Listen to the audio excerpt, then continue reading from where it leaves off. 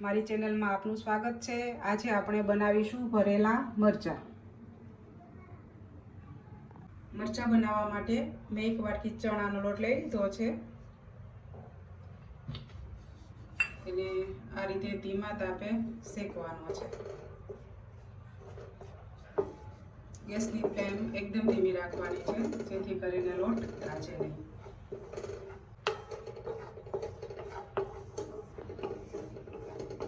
લોટનો colour change ન થાય ત્યાં સુધી ધીમે ધીમે શેકતા રહેવાનો છે। થોડી ખુશ્બુ આવવા માંડે એટલે આપણે ગેસ ઉપરથી નીચે ઉતારી લઈશું। આમ ધીમા તાપે શેકવાનો છે। હલાવવામાં થોડી સ્પીડ રાખવાની છે, જેથી કરીને દાઝે નહીં।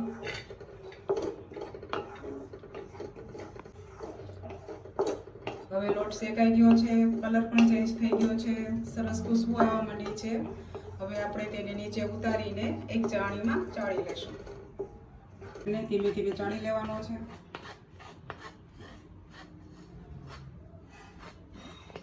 લોટ હવે ચડાઈ ગયો છે। હવે આપણે આમાં બધા મસાલા એડ કરીશું। મિક્સર જારમાં 2 ચમચી શેકેલી હિંગ લેશું, 1.5 ચમચી વરિયાળી લેશું,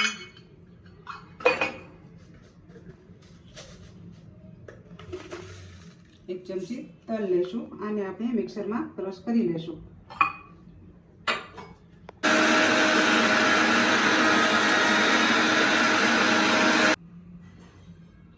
ક્રશ કરેલો મસાલો નાખીશું, 1 ચમચી આમચૂરનો પાવડર નાખીશું, 1/2 ચમચી હળદર નાખીશું, 1 ચમચી ધાણા જીરું નાખીશું, 1 ચમચી કાશ્મીરી મરચું નાખીશું, સ્વાદ અનુસાર મીઠું નાખીશું, 2 ચમચી ખાંડ નાખીશું, કોથમીર નાખીશું। આ મસાલાને એકદમ મિક્સ કરી લેવાના છે, સરસ રીતે મિક્સ કરી લેવાના છે।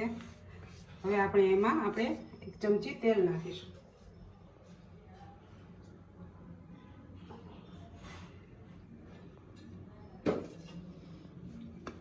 આ રીતે એકદમ મિક્સ કરતા જાશું। મિત્રો મસાલો હજી કોરો પડે છે તો આપણે ઉપરથી 1 ચમચી તેલ નાખીશું।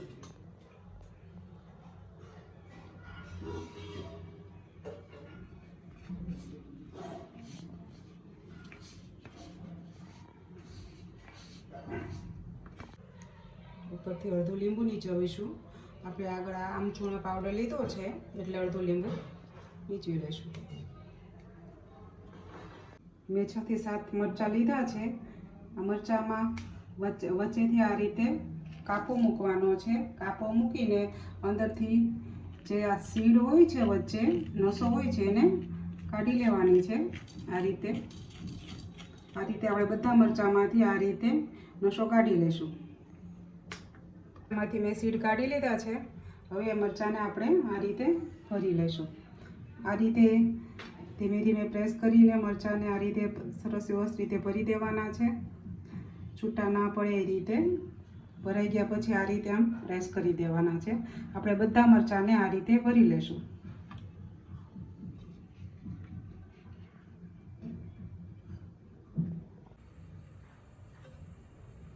ત્રણ ચમચી તેલ લઈ લીધું છે, તેલને ગરમ થવા દેશું।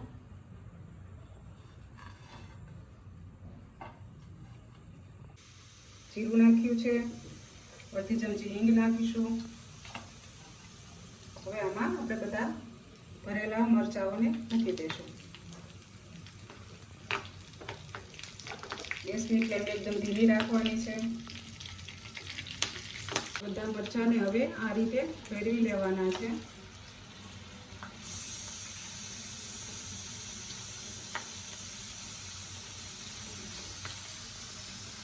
બચેલો મસાલો છે એને આપણે આ રીતે મરચાં ઉપર ભભરાવી દઈશું। આ મસાલો બધો શેકાઈ જશે, ટેસ્ટ પણ સારો લાગશે અને મરચાં જે બાકીના ઉપરથી જે કોરા છે એની ઉપરથી બધો મસાલો ચડી જશે। હવે ઉપરથી આ પાણીનો થોડો છંટકાવ કરીશું। બસ આટલું જ પાણી નાખવાનું છે। હવે એને 2 થી 3 મિનિટ માટે ઢાંકીને કૂક થવા દેશું. જો મિત્રો હવે આપણા મરચાં તૈયાર છે. મસાલો એ બધો એકદમ સરસ ચડી ગયો છે. આવજો. Thank you.